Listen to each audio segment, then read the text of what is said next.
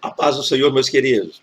Amados, nós estamos aqui agora dessa feita para gravarmos a lição de número 3 da revista da editora CPAD, ok? Referente ao primeiro trimestre de 2020, lições bíblicas. Então vamos começar aí essa lição. O título da lição, gente, é A Natureza do Ser Humano. Estaremos falando um pouco a respeito desse assunto tão importante aí. E o texto áureo dessa lição diz assim: E o mesmo Deus de paz vos santifique em tudo, e todo o vosso espírito e alma e corpo sejam plenamente conservados irrepreensíveis para a vinda de nosso Senhor Jesus Cristo. Está lá em 1 Tessalonicenses, capítulo 5, verso 23. Em verdade prática diz assim: Nossa tríplice natureza, física, mental e espiritual, deve ser plenamente consagrada a Deus, para que o mundo veja em nosso ser a imagem e a semelhança do Criador. Vamos lá, continuando aqui. A leitura bíblica em classe encontra-se no livro do Gênesis, dos versos 26 ao 28, e no capítulo 2 também, verso 7, ou seja, Gênesis capítulo 1, verso 26 ao 28, e Gênesis capítulo 2, verso 7, tá? Vamos lá então. Introdução. A introdução diz assim: Na aula de hoje, estudaremos as partes que constituem a natureza humana. Veremos que o nosso ser, em virtude das partes que o compõem, é de tal forma maravilhoso que chega a ser inexplicável. Além da substância física, ou seja, o corpo, possuímos também uma substância imaterial, o espírito e a alma. Habilitou-nos Deus, assim, a relacionar tanto com o mundo físico quanto com o mundo espiritual.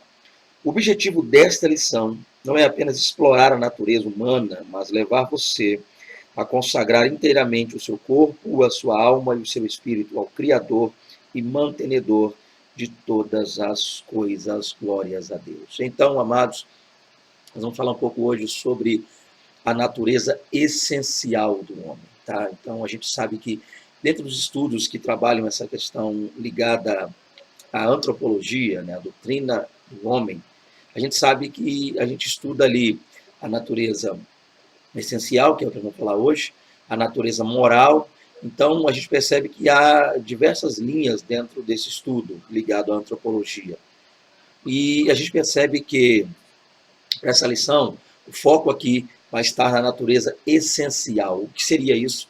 De que é composto, né, de que é feito o homem, em que consiste o ser humano. Essa vai ser a base do nosso estudo aqui. Por se tratar, gente, não de um seminário teológico, mas de uma escola bíblica dominical, a gente precisa entender uma coisa. Este é um assunto complexo, esse é um assunto que nós, em uma aula, eu acredito aí que talvez a sua aula leve no máximo 2 horas, né? Aulas de EBD que levam até menos tempo que isso. Então, a gente não teria aquele tempo hábil em sala de aula, né, ali em loco, para poder sanar qualquer eventual pendência ou todas as dúvidas que possam surgir com relação a esse assunto. Então, o que eu diria a você, professor, porque eu tenho, ultimamente, sido procurado por alguns professores que têm algumas dúvidas com relação a como trabalhar, a como otimizar, né, eu diria, a sua aula, né, como conseguir, dentro do tempo que lhe é dado ali, falar tudo aquilo que está ligado e é referente à lição. Então, a gente percebe que, por diversas vezes, há em nós essa dificuldade de conseguirmos passar, dentro deste tempo, tudo que nós conseguimos absorver dentro desse ensino, desse estudo. Então, para você, professor, agora, para você, aluno, você vai estar acompanhando a aula, assistindo, mas para você que é professor, para você que leciona na sua igreja, lá na EBD, eu quero sempre que possível deixar algumas dicas, e eu estou até pensando futuramente gravar um vídeo só voltado para isso, né? Dicas para auxiliar professores de escola bíblica dominical. Mas para essa lição, né? Até mesmo para o meu caso, que estou gravando um vídeo para que eu venha ganhar tempo também dentro desse vídeo, não seja muito extenso e não acabe enfadando. Mas a ideia básica é o seguinte, gente: o que fazer, né, com uma lição como essa? Para essa lição, eu deixo para você, professor, que você procure fazer o que eu havia dito na lição passada, se atentar ao chamado objetivo geral. Se nessa lição também você se apegar aos objetivos que foram passados aqui dentro da revista, você vai conseguir certamente ter uma aula muito proveitosa e muito abençoada.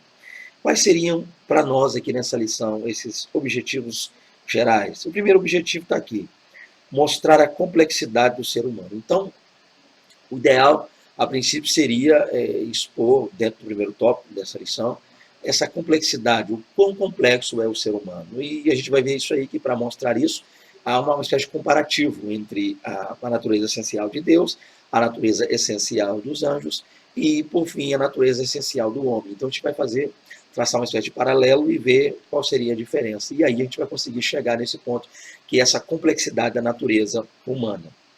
Outro ponto está aqui, né? Elencar as características do corpo humano, ou seja, enumerar, classificar, se possível, e o comentarista citou algumas coisas aqui. É claro que a gente não teria, como eu já disse, aquele tempo hábil para poder falar de todas essas características referentes ao corpo, ao ser humano, o tão complexo que o ser humano é. Mas ainda assim, procure evidenciar, né, trabalhar dentro daquilo que já foi passado aqui, dentro da lição.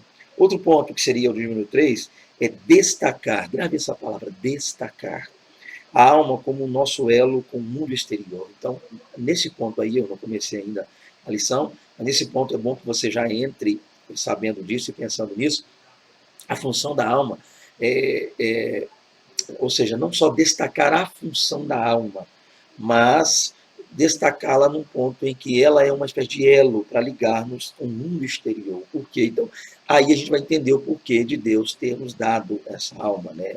Ter nos feito alma vivente, né? Como eu disse na aula passada, Nefesh Hayah, alma vivente. Por que Deus ter feito assim? E, por fim, relacionar o espírito com o nosso contato com Deus. Então, o que dá ao homem contato a Deus, o que liga o homem diretamente a Deus, como acontece esse contato? A gente vai ver isso lá no finalzinho desta aula, e está ligado ao espírito, né? Então, a gente vai fazer essa relação. Então, se você conseguir, professor, dentro da sua aula, focar nisso aqui e não fugir a princípio disso, porque a gente tem visto muita coisa, muito material tem sido publicado, e eu tenho visto aí muita coisa em PDF, muitos slides referentes a essas lições na IBD, muitos vídeos a hoje, você pode estar assistindo também, acessando o canal do YouTube, você vai encontrar diversos vídeos. Eu acho que há muitas pessoas hoje comentando, e isso é bom, isso é interessante, porque são muitos pontos de vista, né? Muitas linhas diferentes para esse tema, para esse assunto. Mas o que, às vezes, eu preciso analisar, o que nós precisamos analisar, melhor dizendo, é que nem todas as pessoas têm o mesmo grau, o mesmo nível de conhecimento. Então, por mais que você seja um professor, você precisa entender que nem todos os seus alunos têm essa mentalidade que você tem, professor, esse conhecimento, atingiu esse grau, né, ou essa maturidade teológica, eu diria, esse conhecimento todo que você adquiriu. Então, a gente precisa entender isso aqui. Nós estamos falando com diversas pessoas, e dentre essas pessoas, há níveis de conhecimento diferentes. Então, o que a gente procura fazer, ou pelo menos o que eu tenho procurado fazer, é não transformar a minha aula, os meus vídeos aqui, em vídeos, em aulas muito teológicas, teologizar demais esses temas, né? E trazer muita polêmica referente a isso. O que eu tenho procurado fazer, é claro, sempre que possível, trazer uma coisa, quem sabe, diferente, para poder até mesmo agregar aí a sua aula, agregar valores à mesma, mas dentro disso, o que eu quero dizer para você, professor que me ouve aí, é que você fique atento a isso, tá?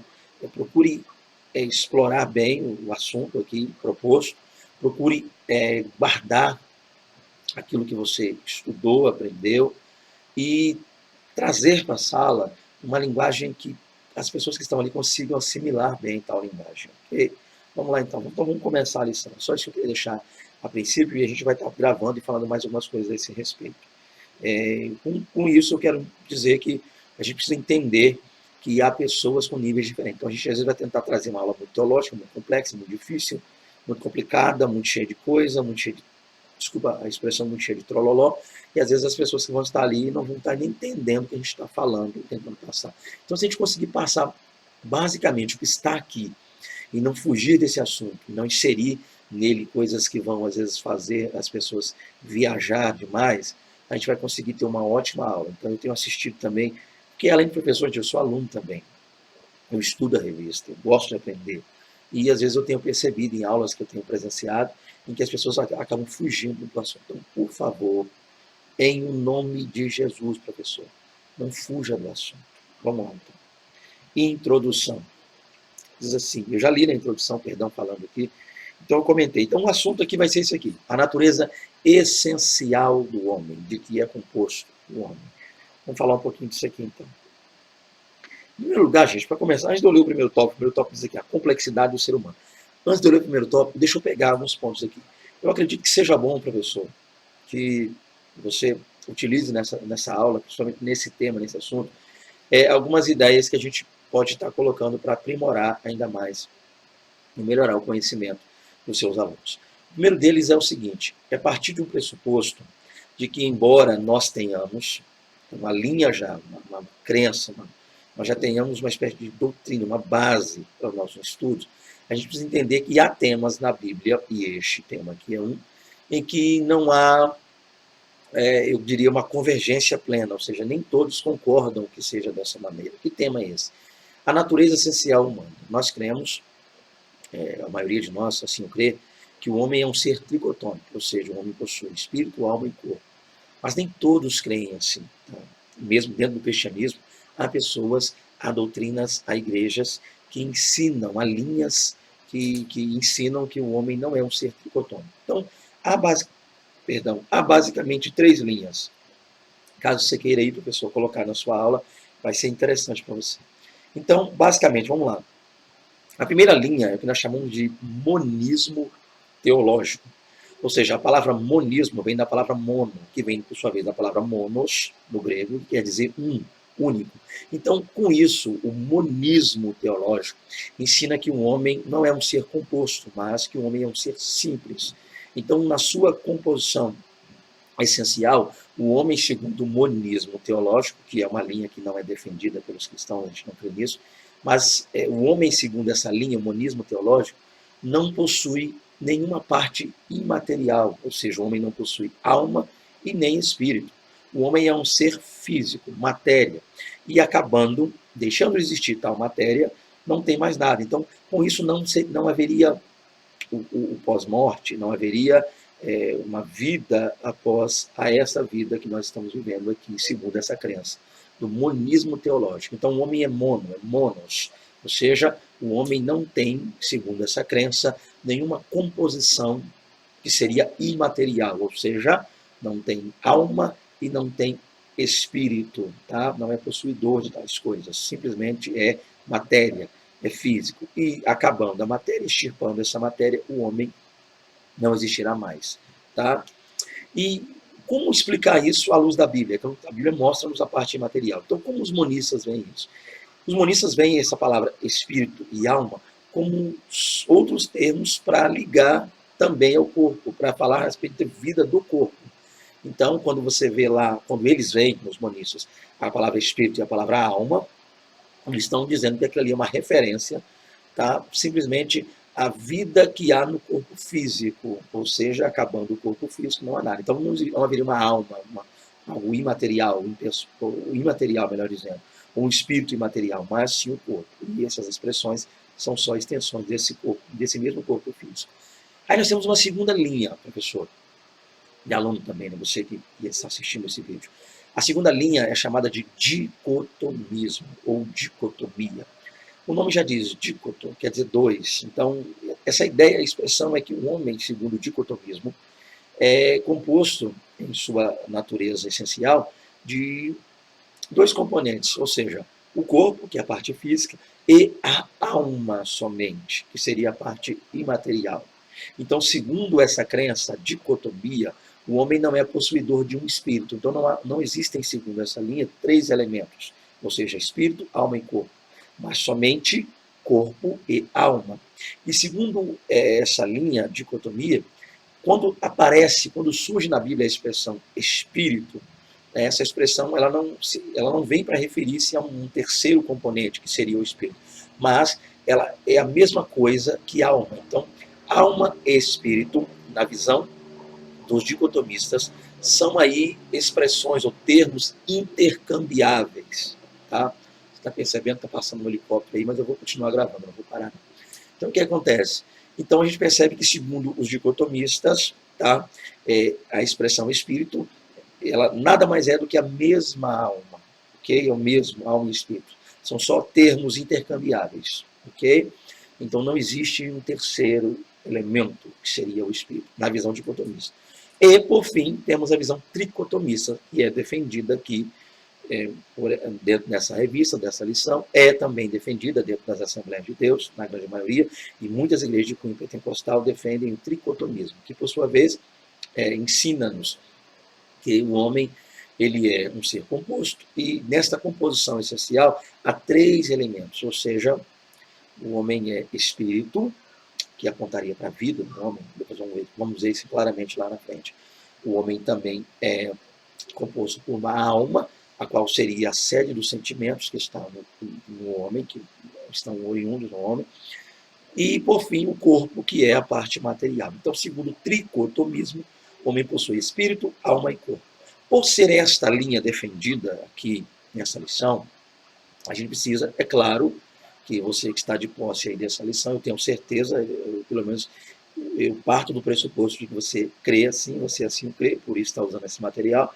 Então nós precisamos trabalhar com isso. Relatar às pessoas, dizer que existem linhas diferentes, mostrar isso aos nossos alunos, mas trabalharmos na lição com o tricotomismo. Tá? Os demais, o monismo teológico e o dicotomismo só entrarão a nível de conhecimento, mas para agregar ali conhecimento, trazer aos seus alunos essa visão, entender que nem todos creem da mesma maneira, nem todos pensam da mesma forma. Mas trabalharemos com o tricotomismo. Vamos começar então. Agora, dito isso, podemos já iniciar o primeiro tópico. Vamos lá. A complexidade do ser humano. A natureza do ser humano é distinta tanto em relação a Deus quanto em relação aos anjos. Ou seja, então a gente já falou um pouquinho sobre isso. É bom, e eu gostei muito disso aqui, feito pelo comentarista, que, aliás, é um homem de Deus, um comentarista dessa lição, eu gosto muito, é um homem abençoadíssimo. Então vamos continuar aqui. Então a ideia, a princípio, é que já que nós vamos falar sobre a natureza humana, o bom é que a gente faça comparativos com outras naturezas. E a natureza, as escolhidas por ele foram a natureza divina, ou seja, de Deus, e por conseguinte também a natureza angelical. Vamos falar um pouquinho sobre isso. A natureza de Deus, primeiro subtópico dentro desse tópico aí. Ao contrário do homem, Deus é um ser simples. Lembrando, gente, que essa expressão simples aqui não é referente a Deus em sua totalidade. Deus, a complexidade em pessoa. A gente, por mais que estude, por mais que leia, por mais que busque, por mais que corra atrás, a gente nunca vai ter uma compreensão concreta, plena, real, por assim dizer, de quem é Deus. A gente nunca vai saber quem é Deus de maneira plena e completa, conhecer a Deus. Por mais que a gente alcance, glória a Deus, por isso a salvação, adentre a glória, as nações celestiais, e passemos a nossa eternidade junto a Deus ainda assim. Deus é inesgotável. Né? Então a gente nunca vai conseguir conhecer Deus plenamente. Mas falando aqui, então quando o comentarista utilizou a expressão simples aqui, não pense você que ele está falando que Deus é um ser simples, mas a natureza de Deus, ou seja, simples no sentido, para o estudo que nós estamos fazendo aqui, que sentido? Não é, Deus não possui tantas coisas em sua natureza. Então, a natureza dele é uma só, espiritual. Por isso a gente vai usar esse termo simples. Ou seja, possui uma única natureza, por isso a expressão simples. Por essa razão, ele foi definido pelo próprio Filho como sendo o Espírito. Lembra lá? Está aqui a referência bíblica, o Evangelho segundo escreveu João, capítulo 4, verso 24. Quando Jesus, passando ali pela Samaria, foi ao poço, na verdade, de Jacó, o poço, junto a Sicar, junto à fonte que estava lá em Sicar, e a mulher, conhecida como mulher samaritana, a qual não sabemos o nome, se aproxima dele, há um diálogo ali entre ambos, e Jesus, nesse diálogo, né, ele vai responder um questionamento dessa mulher. Ela vai perguntar a respeito da adoração, em que lugar, se em Gerezim, se no Monte Sião, e ele vai dizer que Jesus, ou melhor dizendo, que Deus é Espírito, tá? Que Deus é Espírito. E importa que os adoradores adorem a Deus em Espírito e em verdade. Então a ideia básica desse contexto aqui é entender que a essência de Deus, tá? A natureza essencial de Deus é essa, Espírito, ok? Isso significa que para existir o Senhor não necessita, como nós, é claro, de uma natureza composta, corpo, alma e espírito. Então Deus é Espírito. Basicamente, professor, não vou me estender nisso aqui, está muito claro, é você, dentro do tempo que lhe for dado aí, dizer que realmente Deus é Espírito. Caso você queira pincelar alguns pontos, Sendo Deus Espírito, não há necessidade de que Deus tenha essa natureza como nós temos, né? Alma, corpo, essa questão material. Não há essa necessidade. Deus não está preso, atrelado a esse tipo de coisa. Vamos lá então. Deixa eu passar para o segundo subtópico. O primeiro está bem claro. Segundo, a natureza dos anjos. A natureza dos anjos. Seres criados e finitos. Então, os anjos são, a princípio, antes de tudo, são criaturas. Os anjos foram criados por Deus, tá? Eles foram criados, então eles não são eternos. Por que é bom falar sobre isso? Porque às vezes tem pessoas que se esquecem de um detalhe simples e básico. Não está ligado à aula, vou falar aí já já, igual retorno à aula, mas vamos falar de uma pessoa, Satanás. Tem pessoa que às vezes coloca Satanás como onisciente, onipotente, onipresente, como se ele estivesse em todo lugar do mundo, todo instante. Ele está agindo aqui, está na igreja aqui, está na igreja lá, está na... Não, Satanás ele não é onipresente. Tá? Ele é um ser criado, ele é uma criatura, então ele não pode estar em todos os lugares ao mesmo tempo. Ele atua através de seus demônios, ele influencia pessoas, ele age em lugares, em determinadas situações, mas ele não é onipresente. Ele é uma criatura, tá? Como as demais criaturas. E, por conseguinte, um anjo caído, ou decaído, como alguns falam, mas um anjo. Tá? Voltando aqui para a lição. Outra hora a gente comenta um pouco mais a respeito desse tema aí. Então, voltando aqui. A princípio, os anjos são seres criados, eles foram por Deus criados, e eles são finitos. Vamos falar um pouquinho sobre isso. Os anjos possuem igualmente apenas uma natureza. Então, a princípio, eles têm uma natureza só. Que natureza é essa? Espiritual. Onde você vai achar isso? Aqui é a referência. Hebreus, na Epístola aos Hebreus, capítulo 1, verso 14. E vai dizer assim, não são, pois, os anjos ministros de Deus ao serviço daqueles que hão de herdar, né, a vida vindoura? Vamos lá então.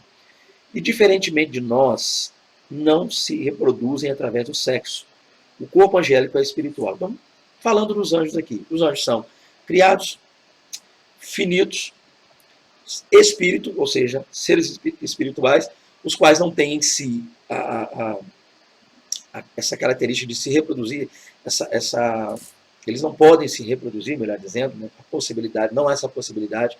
Por que eu estou falando um pouco sobre isso? Porque existem também pessoas que às vezes querem referir esses anjos lá no Gênesis 6, a famosa queda, que não é também para essa aula, mas eu estou tocando no assunto, caso surja essa pergunta, possa ser que algum aluno aí pergunte isso, ou que até você mesmo, professor, queira falar sobre esse assunto. Então, os anjos não podem se reproduzir, mas há um texto lá em Gênesis 6 que mostra que a filha dos homens eram belas, melhor dizendo, a filha dos homens eram belas, e os filhos de Deus viram, as filhas dos homens desejaram, tomaram para si, e dessa relação saíram gigantes, os nefilins. Ok, o que a gente crê ali é que não são anjos, mas sim a descendência, homens da descendência piedosa de Sete. E há muitos textos que mostram claramente isso aqui, porque a Bíblia não chama só os anjos de filho de Deus, né? É Benei Ha Elohim, seria a expressão, Benei, filhos, Ha,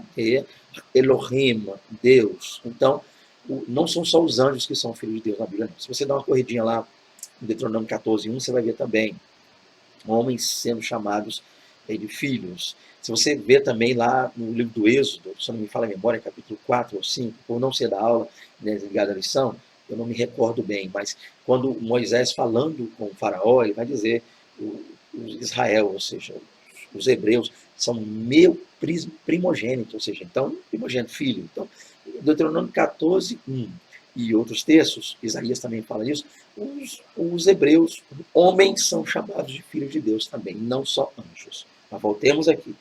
E outra coisa que está aqui, os anjos são finitos. Com relação a isso, esse finito, não quer dizer que os anjos não venham morrer de causas naturais, tá? O anjo não morre de causa natural.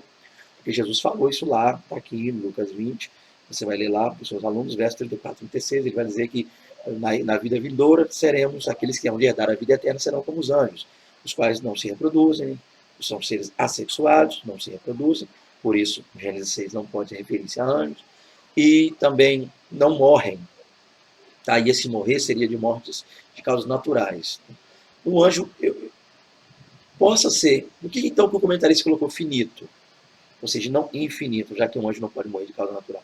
Deus pode destruir um anjo. O Criador, querendo ele destruir, automaticamente ele o faz. Então, o Deus que trouxe, deu vida aos anjos, também pode, com seu poder, tirar a vida dos tais anjos. Então, isso faz os anjos seres finitos. Continuemos então, vamos lá. Então, Deus, natureza simples, espiritual. Espírito. Por conseguinte, lembrando que Deus aqui, gente, e você não, talvez aconteça de alguém perguntar na sua aula, eu quero trabalhar muitos pontos aqui. Alguém vai ficar meio, talvez aconteça isso, alguém vai dizer, mas espera aí, Deus sim é Espírito, Jesus falou isso, Pai. Claro, não há dúvida, não há para se contestar. O Espírito Santo, o nome já diz, Espírito Santo, Espírito, tá? Mas Jesus, que uma vez fez carne, habitou entre nós, aqui morreu, ressuscitou dentre os mortos, e agora está à destra de Deus, e nessa estar à destra de Deus, ele está lá com o corpo. Como é que é isso então? Como é que fica essa questão? Corpo espiritual. Embora a gente perceba a questão física, quando ele ressuscitou, é um assunto a se falar e se tratar. Tá? E eu já estou olhando aqui para o tempo, talvez eu não teria aquele tempo lá para falar sobre isso. Possa ser, caso você se interesse por esse assunto e queira me procurar, sempre tem aí no vídeo aí, acho que fica aqui, não sei, acho que aqui, ó, sempre eu deixo aí o meu contato. A gente pode estar falando a esse respeito aí. Vamos lá então, continuando. A natureza dos homens. Já os seres humanos possuem uma natureza que pode ser descrita como dupla. Então, ao contrário de Deus, ao contrário dos anjos, o ser humano tem uma natureza que pode ser vista como dupla. Ok? Vamos ver isso aqui então. Uma física, ou seja, o corpo, a matéria, e uma espiritual, ou seja, a alma e o espírito, é claro, com base aqui nessa crença tricotomista, que é a nossa crença. Para vivermos neste mundo, necessitamos da nossa natureza completa. Se uma apartar-se da outra, morreremos. Então, gente, ao contrário de Deus, que tem uma só natureza espiritual, ao contrário dos anjos, que por sua vez também a têm, uma só natureza espiritual, o homem é possuidor de duas naturezas, ok? Uma natureza física, e essa natureza física nos é mostrada pelo corpo, né, pela existência de um corpo físico, e a natureza espiritual, a qual está atrelada ali, a alma e o espírito. É isso que você precisa falar aí para os seus alunos, não há muito o que se dizer nesse tópico, ok? Compartilhamos para o tópico 2, o segundo tópico, que diz assim, as características do corpo humano. O corpo humano tem as seguintes características, materialidade, as seguintes características, melhor dizendo, desculpa, materialidade, visibilidade e mortalidade. Passaremos, então, a falar sobre as três. A materialidade. Ao contrário dos anjos, seres espirituais, criados uma só vez pela palavra divina, né? Deus, uma só vez com sua palavra, criou os anjos. O homem, ser material e físico, veio à vida a partir de uma matéria já existente, ou seja, a Terra. Então vamos lá, gente. Ao contrário dos anjos que foram criados pela palavra de Deus, haja, né, bará, ou bara, alguns falam. Vamos lá, aqui não é aula de hebraico. Mas a expressão, a ideia básica é essa, Deus diz haja, então passou a existir. O homem ele foi formado, e a expressão lá, eu já falei isso em aulas anteriores, eu gosto sempre estar linkando uma aula na outra. Então, se você está assistindo essa e nunca viu, não assistiu ainda as demais, eu vou deixar sempre o link para você ir assistir lá. Mas, professor, ou mais Fernando Aquino, a aula já passou, já acabou, foi domingo passado. Mas o conteúdo da aula, o estudo da aula, o aprendizado da aula ainda não passou. Mais que a escola bíblica referente a essa aula tenha passado, na semana passada, domingo passado, mas você tem aí já esse material para você aprender. Então, voltando aqui, vamos lá. Então, o homem foi formado, e a expressão lá é yatsar. Yatsar do hebraico, formado, tá? Deus moldou, formou o homem do pó da terra. Ok? Então vamos ver isso aqui. Deus, pois, formou Adão, o primeiro genitor da humanidade, do pó de nosso planeta. Está lá em Gênesis 2, verso 7. O mesmo pode-se dizer de Eva, que, provinda do homem, possui a mesma substância deste. Desde a criação, o ser humano vem reproduzindo-se e enchendo a terra. Então vamos lá, gente. Há algo a ser dito em relação a essa questão da formação do homem, da criação do homem? Sim, vamos ver aqui. Dentro disso também há linhas que, caso você tenha aí, caso lhe seja necessário, ou que você tenha, professor, tempo para estar expondo isso na sua aula, é preciso dizer uma coisa. Eu sempre falo isso nos ciclos ou nos núcleos que eu ministro na área teológica. Eu também, quando sempre que possível, foco nesse assunto. Nem todos creem que o homem foi formado literalmente do pó da terra. Tá? E deixa eu ser claro e explicar isso aqui para vocês. Há quem diga que se o homem foi formado do pó da terra, do pó, grava isso, né? A palavra afar, pó, né? Que seria lá afar do hebraico, se o homem fosse realmente formado do pó da terra, necessário seria Deus, então, ter se materializado. Alguns creem assim, tá? Deus teria, então, ter que ser materializado, já que ele é Espírito, João 4:24, ele tem que ter se materializado nessa matéria, mãos, e dessas mãos, ele ter mãos, palpável, tocar. Então, Deus tem que já ter se feito físico, desculpa a tentativa que o doutor vai explicar, mas acho que você já entendeu. Então, Deus teria que se materializado para, a partir daí, com as mãos, ter pegado o barro, modelando esse barro.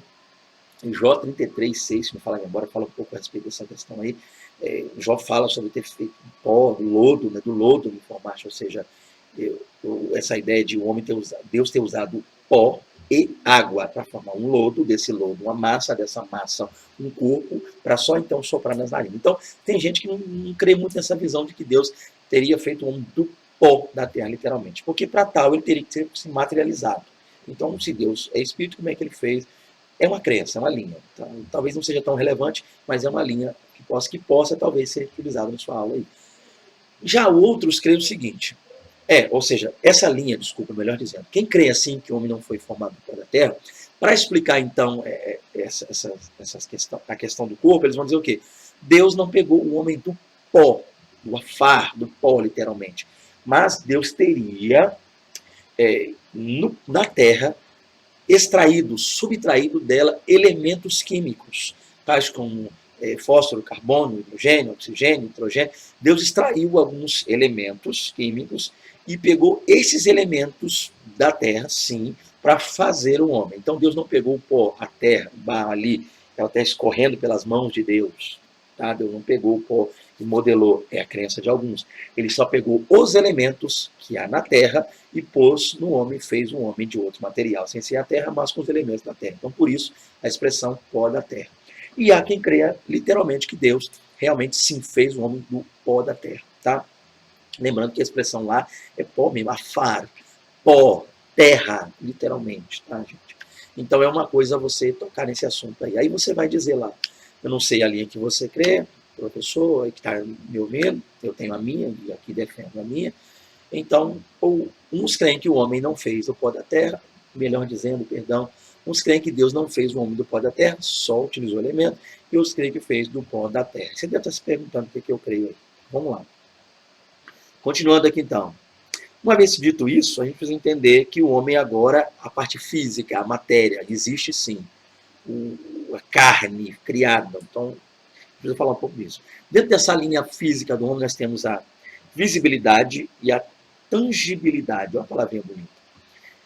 Envolto no corpo material, o ser humano pode ser visto e tocado. Ou seja, o ser humano pode ser visto e tocado. Aliás, a visibilidade e a tangibilidade, aquilo que se pode tocar, foram as provas que o Senhor Jesus apresentou a Tomé como evidência da sua ressurreição física. Isso que você vai trabalhar na sua aula. Eu quero entrar, talvez eu não tenha tempo de falar um pouco sobre isso, porque o tempo está correndo, eu estou de olho no cronômetro ali. Então vamos lá. Então, uma vez sendo o homem formado do pó da terra e recebendo um corpo físico, o homem agora é visível. Coisa que a gente não pode, o mesmo que a gente não pode dizer de Deus. Deus não pode ser visto porque ele é espírito, tá? E uma série de outras coisas, né? Deus, ele é santo, santo, pleno, justo, e aí daqui, ou seja, a gente não consegue contemplar. Né? Então, o Antigo Testamento é claro nisso aí, ninguém via a Deus, tá? Então, vamos lá. Então, outro ponto. Então, o homem sendo físico, ele pode ser visto, visível. Então, a gente consegue se ver pela questão, a gente vê o que é físico. E a parte material, é claro, não pode ser vista, tanto a alma quanto o espírito.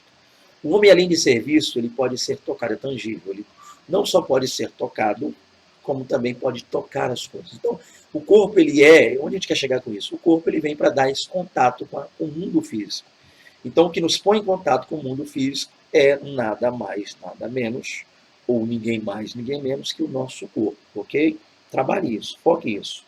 Além de ser visível e de poder ver, de ser tangível, ou seja, de ser tocado e poder também as coisas tocar, o homem também, há no homem a chamada mortalidade. Apesar de material, o corpo humano foi criado com a possibilidade de manter-se vivo para sempre. Se não fosse o pecado, Adão e Eva estariam hoje entre nós. Olha que coisa interessantíssima. Isso aqui é interessantíssimo. Vamos lá, por quê? Apesar de existir hoje a morte, gente, ela não é um plano de Deus para o homem, pelo menos é o que a Bíblia nos apresenta. A morte ela é uma consequência dos erros cometidos pelo homem, tá? Também cometidos, é claro, por Satanás, os anjos, até essa parte que com ele caiu. Mas a ideia básica é o quê? Então a morte só passou a imperar, ter domínio, agir no mundo físico, nosso mundo, com a entrada do pecado no mundo, tá? E isso é muito claro na Bíblia. O Paulo fala sobre isso. Paulo diz que como por um homem entrou o pecado no mundo, através do pecado a morte, e a morte passou a todos os homens, e por isso todos pecaram. Então, a morte não estaria no plano original de Deus para o homem, mas ela passou a existir, ela passou a estar entre nós. E a partir daí, todos nós tornamos-nos seres mortais, tá? Por isso, nós cremos que o homem foi criado imortal, ok? Então, vamos dar continuidade aqui, dentro da nossa linha, nesse tema aqui. Deixa eu ler mais. O homem foi, portanto, criado imortal, ou seja, com a possibilidade de viver para sempre, caso não houvesse pecado.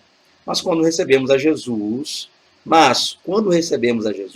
como nosso Salvador, passamos a desfrutar desde já a vida eterna. Ele é Jesus Cristo, o Filho de Deus. Crer nisso depende da nossa eternidade. Então a gente percebe isso aqui, tá, gente? O homem, como eu já disse, finalizando essa parte, esse terceiro subtópico, ligado à mortalidade. Então, o homem foi, a princípio, criado para ser um ser, eu diria, imortal, mas com a entrada do pecado, a morte passou a todos os homens. Mas, entregando a vida a Jesus Cristo, como já fora dito aqui, nós poderemos, a partir daí, gozar da maravilhosa e gloriosa vida eterna. Sim, isso, fala isso com seus alunos aí. Vamos lá, então, terceiro tópico. Alma, o nosso elo com o mundo exterior. Então, vamos lá. Só viveremos, melhor dizendo, só viremos a entender claramente a nossa natureza espiritual se aceitarmos esta proposição. Espírito, alma são inseparáveis. A partir daí, veremos a alma como a janela através da qual acessamos o mundo exterior. Nesse sentido, a morte física é a separação entre alma e corpo. Então, gente, vamos lá. Para ganharmos tempo aqui, né, já estender um pouquinho, então nós precisamos já melhorar o tempo aqui. Então, vamos lá, dentro disso aqui, vamos falar sobre a alma. A alma ela é tida, a grosso modo, ela é chamada, conhecida por muitos como a janela do nosso sentimento. Ou seja, a sede, melhor dizendo, dos sentimentos. É a partir da alma que os sentimentos que a gente tem passam a ser perceptíveis, passam a ser percebidos. Ou seja, a alma tem os sentimentos que, por sua vez, os envia ao corpo, e no corpo a gente consegue ver através de expressões e tal. Mas dentro deste corpo, né, há uma alma, na qual, nesta alma, estão ali os sentimentos, todos eles guardados. Vamos falar um pouquinho sobre isso então. A alma e o espírito são separados. Então, a princípio, primeiro ponto, a gente entender que na crença tricotomista, que é a da referida aula, alma e espírito não podem ser separados. A gente sabe que a Bíblia mostra claramente que o corpo ele vai para o pó, que eles acham fala isso, ele volta para o pó, de onde foi tirado, e a alma lá, a vida do homem volta para Deus. A alma vai para Deus. Então a gente percebe o quê? Então não há uma separação, né? Não consegue separar um do outro. Alma do espírito. A gente precisa trabalhar e entender esse ponto aqui. O segundo, a alma é a janela para o mundo exterior. Então, através da alma, o ser humano se expressa e tem acesso ao mundo que o cerca. Para que isso seja possível, a alma serve-se dos órgãos sensitivos. Ou seja, então, a alma está em nós. Ela usa os nossos órgãos ligados ao sentido para que a gente consiga passar e absorver esses sentimentos. Então, através do tato, do olfato, todos os órgãos são ligados a sentido, eles são utilizados não só pelo corpo, mas principalmente pela alma, para que a gente consiga expressar melhor os nossos sentimentos, as nossas sensações que estamos tendo ali. Então, foque isso aí também, professor. Fale a respeito desse ponto aí, ok? Que através disso, a alma utiliza esses órgãos ligados ao sentido para poder aí expressar esses sentimentos. Por isso, o Senhor decreta: a alma que pecar, essa morrerá. Então, por mais que a gente veja que o pecado está intrinsecamente ligado à carne, né, a Bíblia fala muito sobre isso aqui, há a palavra sarx lá no grego, ligada à carne, não só carne física, mas principalmente ao pecado, aos sentimentos ligados à nossa carne, ok? Então a gente percebe que a partir disso a carne está ligada, o pecado está ligado à carne, mas é a alma que, se a gente não vigiar, não cuidar, absorve e acaba às vezes, se não vigiarmos, voltada para esse sentimento, ok? Vamos falar um pouquinho sobre isso aqui também, terceiro subtópico. A separação da alma e do corpo gera morte. Então, o que é a morte? Essa é uma pergunta, por isso não foquei tanto nas outras áreas, eu foquei nessa. Muitos perguntam o que é a morte. Gente, a morte é simplesmente essa separação.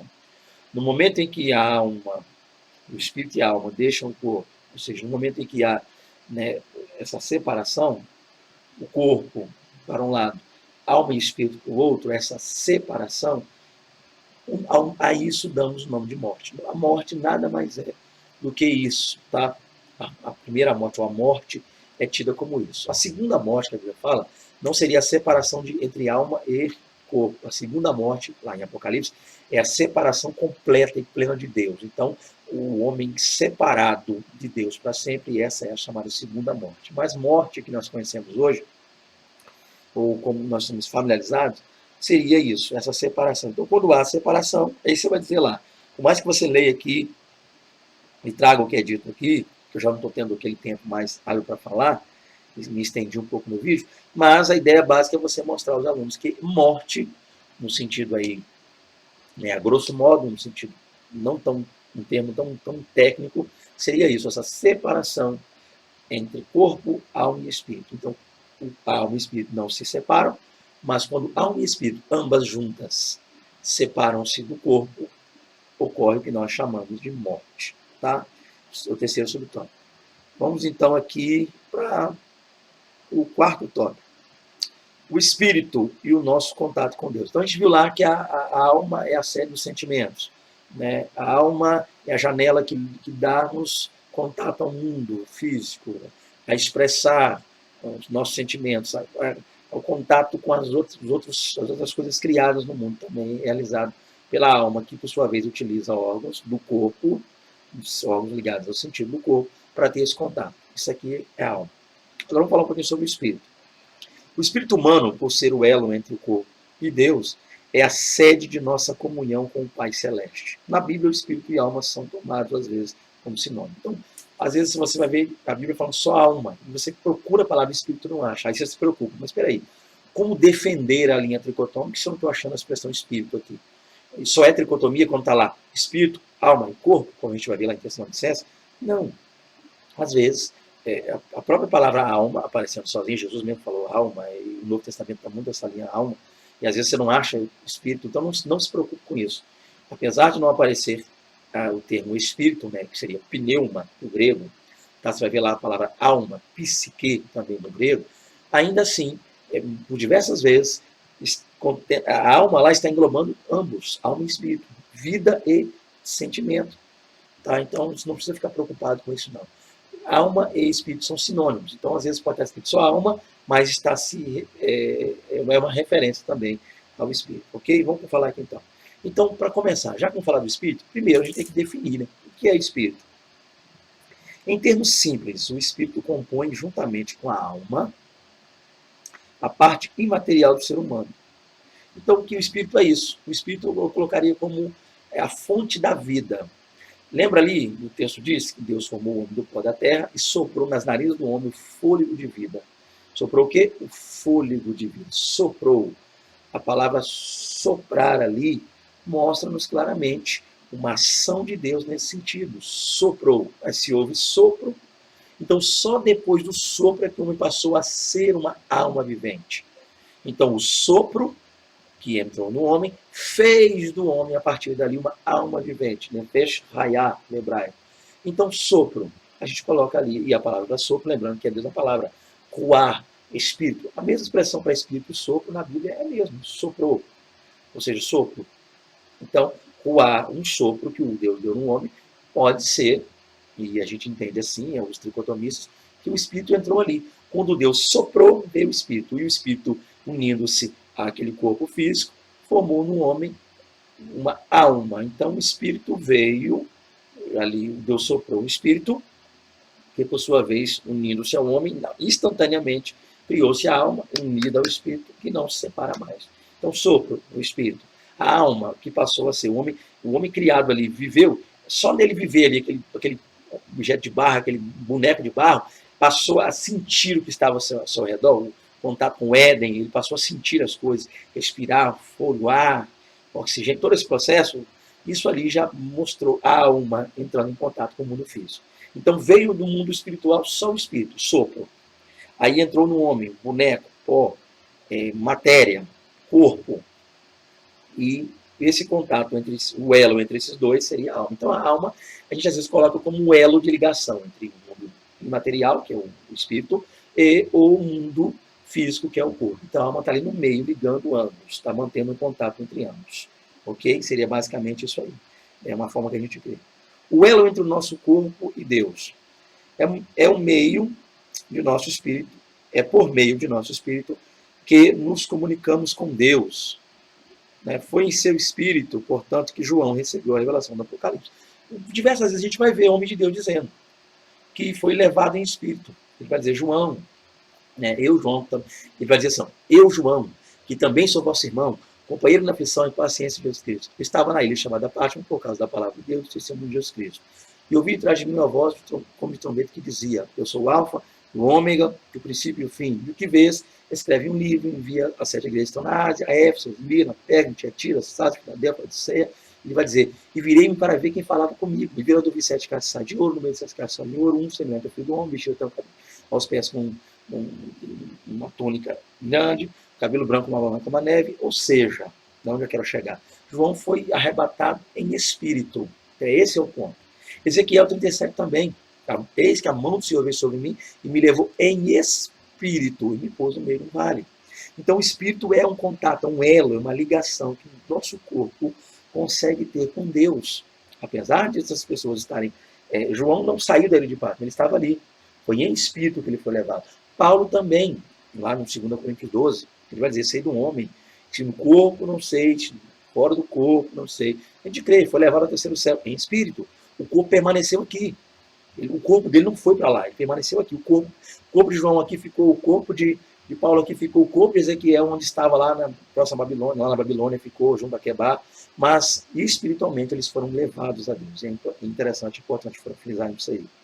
Outra coisa, além de ser o elo que nos liga o nosso corpo a Deus, leva a nossa parte física a buscar e a clamar a Deus, nós também temos ele como a sede da comunhão com Deus. Então, o Espírito é a sede da comunhão com Deus. Através do nosso Espírito, temos experiências e encontros com Deus. Né? A gente vai ver aqui diversas experiências. Então, fechando essa parte aqui, gente. Ele é a sede, nele habita a nossa comunhão. Por isso que a gente vê a Bíblia sempre frisando o fato de que a gente perceba que há uma luta, né, uma batalha entre carne e espírito, um duelo, uma guerra travada, e que o espírito precisa vencer essa guerra. A gente não pode dar lugar, não dê lugar à carne, a Bíblia fala, né? Então a gente tem que estar atento a isso aí. Ok, queridos? No mais, gente, o tempo aqui se estendeu. A você, professor, fecha a sala dizendo, como eu disse no início, foque no que está sendo dito aqui, procure trabalhar ao máximo isso aqui, ainda que há outras linhas, como eu expliquei, exemplifiquei aqui nessa aula, gaste o seu tempo com a linha que é defendida pela revista para não gerar polêmica, ainda que alguém tente trazer, ou que pergunte, ou que tente carregar a aula para uma outra área, pondere com toda a delicadeza, com toda a gentileza, com toda a calma, toda a educação do mundo, e mostre a essa pessoa a necessidade de que a aula, a turma, a lição precisa ser dita aqui, que a turma precisa aprender dentro do que está sendo proposto aqui, tá? E tentar lembrar que, ainda que a Escola Bíblica Dominical seja o maior seminário teológico do mundo, ela não é em si um seminário teológico, mas ela tem uma linha, a gente trabalha com uma revista na qual ela traz já pontos, pressupostos que precisa defender, entender, e quando entender que não é o certo, até mesmo para discordar, precisamos discordar com base bíblica, então faça isso, professor. Controle aí, com toda a cautela, a sua aula para não fugir dessas regras. Por fim, conclusão. O homem é um ser tanto físico quanto espiritual. Por essa razão, Deus requer nossa completa e uniforme santificação. Então, entendendo a nossa natureza agora, tá? Essencial. Lembrando aí para os tricotomistas de plantão aí da lição, espírito, alma e corpo. Para os dicotomistas, alma e corpo, ou alma ou espírito e corpo. Então, não e espírito. Eles não creem que alma e espírito, mas alma ou espírito, que seria a mesma coisa, e corpo. E os monistas, que a gente nem, eu mesmo não conheço ninguém que é monista, pelo menos eu não creio que haja alguém na igreja que tenha essa visão, mas o homem seria só matéria. Então, amém?